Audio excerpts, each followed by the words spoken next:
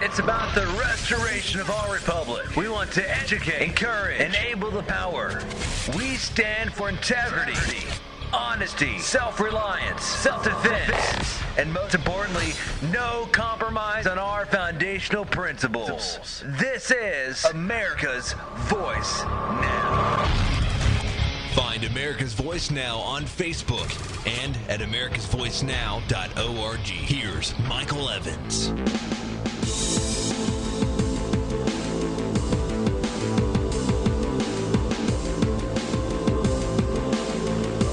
Good morning, America.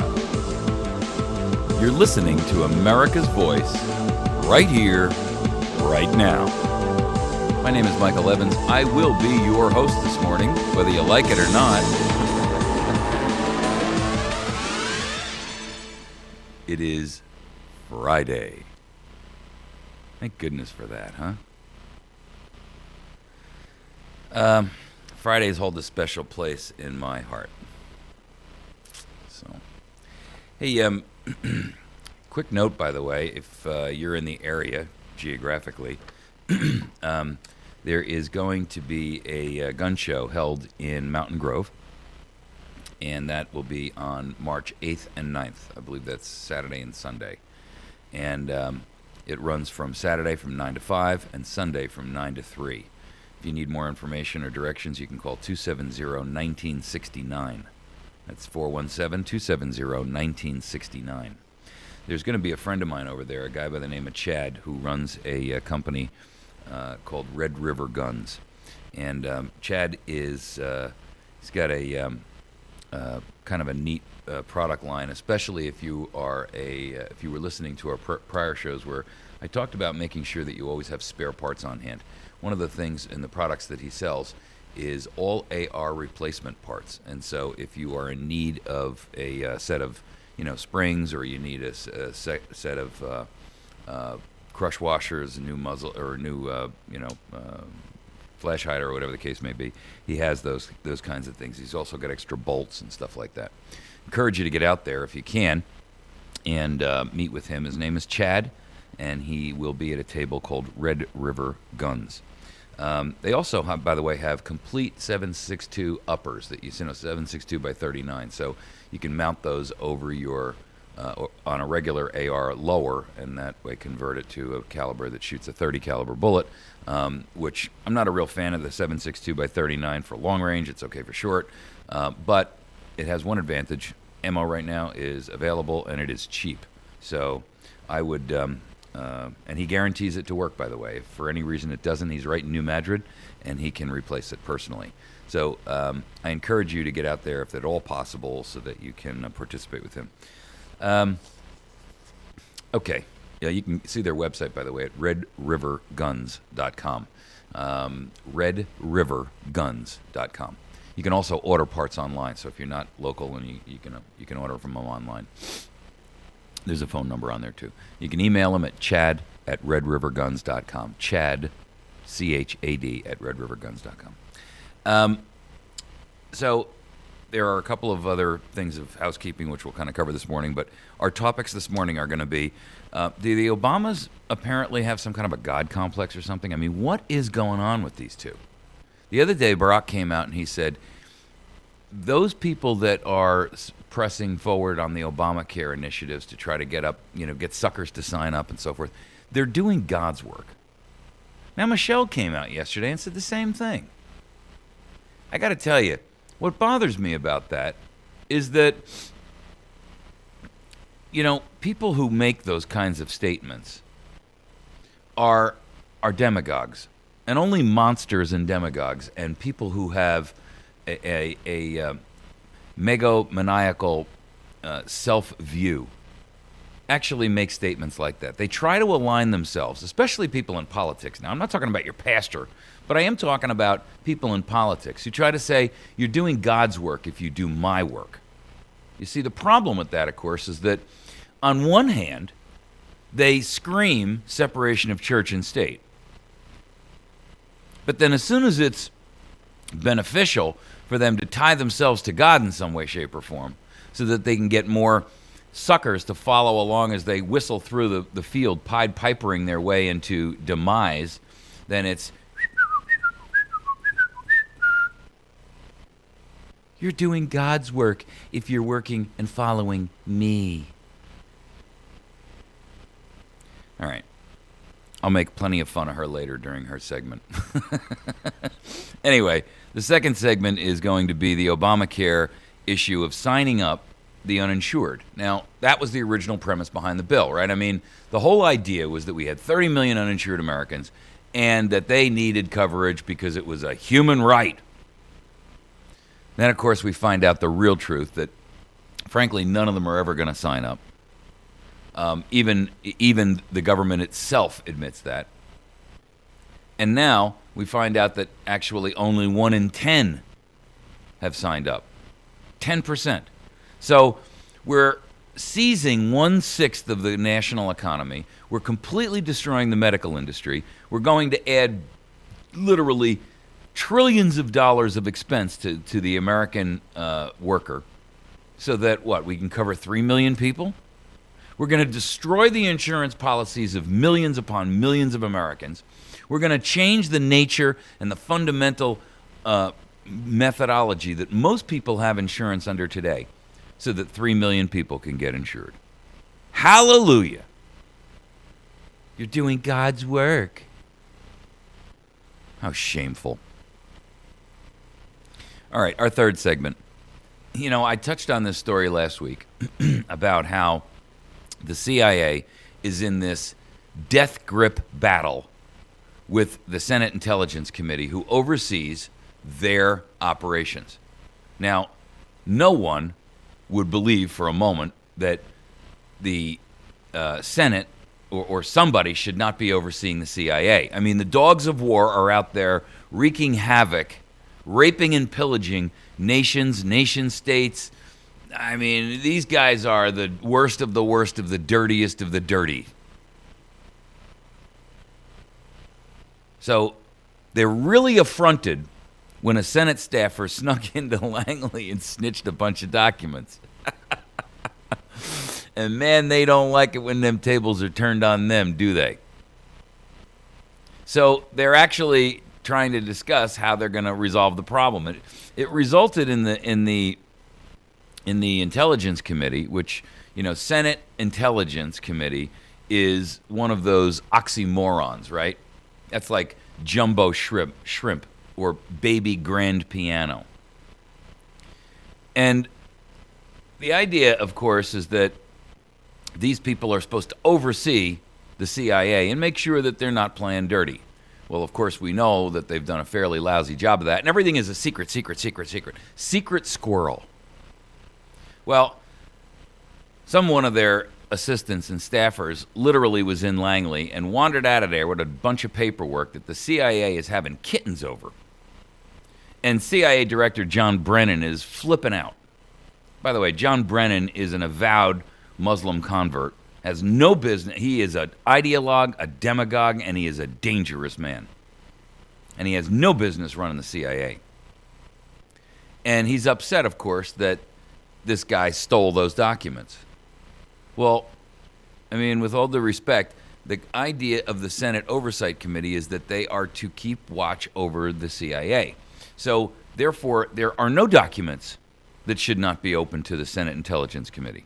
Nothing the CIA does is not subject to their review. I mean, if you want to put this into human terms, if the CIA is sitting on the bowl, the Senate Intelligence Committee has the right to watch. How's that? All right, our last topic this morning will be the spy game. The cops are using Stingray systems, which they tap into local cell phone towers, and they monitor the communications, the geographic location, and all of the texts and cell phone calls of everyone within the range of that particular tower. They've obtained this equipment, and they're using it all over the place. Here's the problem, folks. We've got thousands of little mini-me NSAs running around in every little county, in every little city, in every little town. And you tell me that there's not abuse going on. Well, we know there is. because it's not possible that there not be abuse going on. In fact, there's an article out in Tallahassee this morning about how it was taken to court, and the police specifically refused to go get a warrant. Now the guy is raising the issue saying, well, wait a second. It's a Fourth Amendment violation. You see, the truth is that the cops get away with things like this until they get caught. Then suddenly, it throws all of their arrests that were gotten as a result of this technology into question. All the convictions, they're all entitled to a new trial. We're going to talk more about it. And here's my concern, and you should be voicing this in your own communities. Do we have a little mini-me NSA in every sheriff's department and every little city-town police department and every major city police department? Do we have little mini-me's of the NSA running around saying, me, I get to spy on you too? No one's overseeing it. Nobody even knows it's happening. You know what that's called, ladies and gentlemen? Criminal behavior. Criminal behavior. When the cops utilize crime to catch other alleged criminals, we've got a problem. All right, let's get into our first story this morning. Last week I told you about Barack Obama coming out and telling people, if you are working with me, if you are following my policies, if you are utilizing the tools I've given you to get people to sign up for Obamacare, if you are a warrior for Obamacare, you're doing God's work. And I decried that as the statement of a demagogue. And I explained to you at that point that only monsters and tyrants use that kind of language. They align themselves with God because they know that it will draw people to their game, to their side, to their support, to their following. The truth of the matter is, this is the same crowd of people that will swear up and down that God has no place in government, that you can't have the Ten Commandments on the wall, that you can't have "In God We Trust" printed on the money, that you can't say a prayer at the opening of the Senate or the House, that you can't have religious organizations even talk about religion and politics within the same context on the pulpit, that if you mention politics in your church, we can yank your 501c3. You're precious. You're precious. Your little tax exemption, the thing you live for, the thing that you value even above your God. Yes, that was a knock on churches. Yes, I feel strongly about it. Yes, I don't care if you're offended. The truth is, when you've got people who on one hand say, religion can play no role in government whatsoever, it is unconscionable, it is unfair, it is disrespectful, it is prejudicial against those religions that aren't represented, and then in the next breath turns around and says, but when you follow me, you're doing God's work. I tell you that is the mark of evil. Pure, unadulterated, unmitigated evil. Make no mistake about it. Any political entity, any political individual who aligns themselves with God and says, by following me, you are a loyal follower of God, is a dangerous person. You know, John Bolton was at CPAC the other day, and he said, the number one problem we have with foreign policy in our country is not Russia, it's not Putin, it's not all of these issues that are going on. It's Barack Obama. And I'm here to suggest to you that the number one policy we have, or the number one problem, I should say, that we have in our government, period, across the board, irrespective of whatever other issue it comes under, is Barack Obama and his minions, who are all doing God's work. You see, the truth of the matter is that none of these people are doing God's work.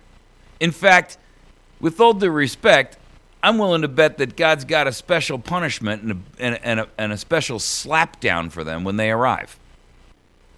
You know why? Because I'm pretty confident, I could be wrong here, but I'm pretty confident that God doesn't like people to use him in that way.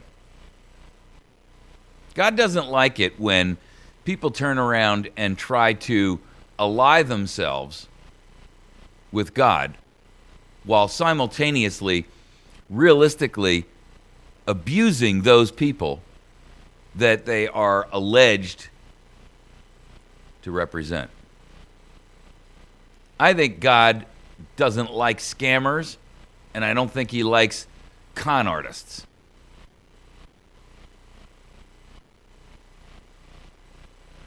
The truth is,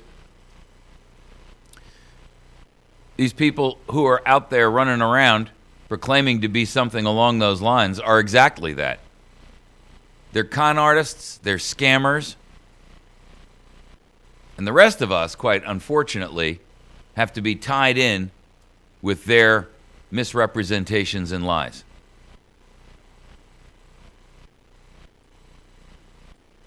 I find that pretty pathetic and pretty frightening, frankly.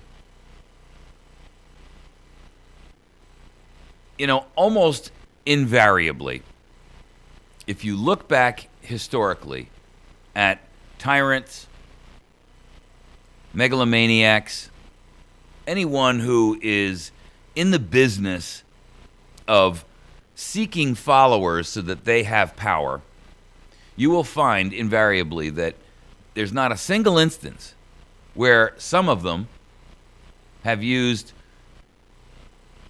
God as a methodology to bring a certain contingent to their side.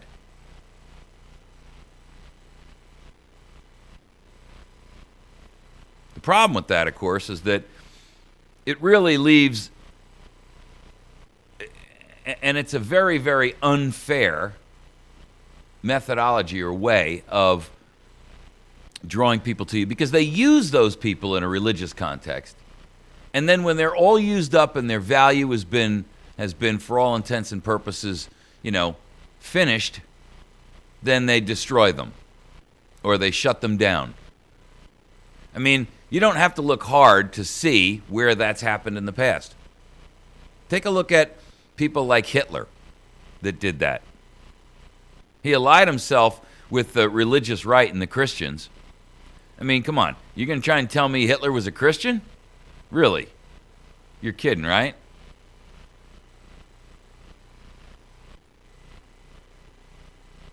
You can't be serious. I don't know any God that would support murder. Period. And I don't care what cross you ally yourself with.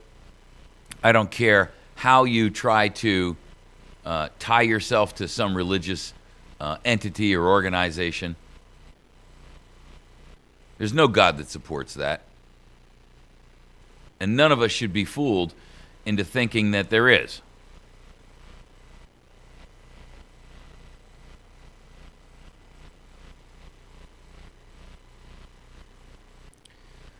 When I hear somebody like Barack Obama throw that nonsense out, or Michelle Obama throw that out, it makes me believe that these people have a motive and an intention that is antithetical to liberty, to freedom, to honesty, to all of the things that we live for, we believe in as a nation. There's no denying the fact that these people are, for all intents and purposes, monsters of their own. They are anything but. They are anything but religious people.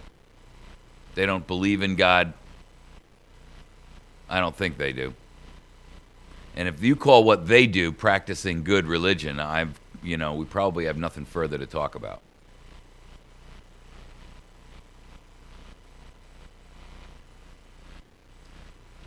The upshot of all of it is, Anytime you hear somebody ally themselves with God, unless it is the minister of your church, and even then I'd question it, you need to run the other direction. And I do mean run. No doubt about it. All right, we're going to take a break. When we come back, we're going to talk about how few people have actually signed up for Obamacare. The whole premise of this thing was that we would have 30 million people who would suddenly gain insurance because, and it wasn't going to cost us a penny, remember? I mean, the promise was, this won't cost us 1 penny. This will be revenue neutral. It's not going to cost the taxpayers anything. And we're going to insure and cover 30 million people. We're going to do it in a way that's so invisible to you, you're never even going to see it happening. It's seamless. Now, of course, the truth comes out, which is always the problem with demagogues and men and women of evil. They promise you one thing and deliver another. Now we're finding out that less than 10% of the 30 million have actually signed up, and the deadline's almost here. Which really means that the whole premise of the thing was never to sign up the uninsured. It was to gain control over the rest of us. It wasn't to cover 30 million. It was to make sure that there were 285 million others who came underneath government control. And that's the truth. Everything else you hear about Obamacare is a flat-out lie. All right, we're going to take a break. When we return, we will tackle this topic. We will make sure that we get what's happening with it.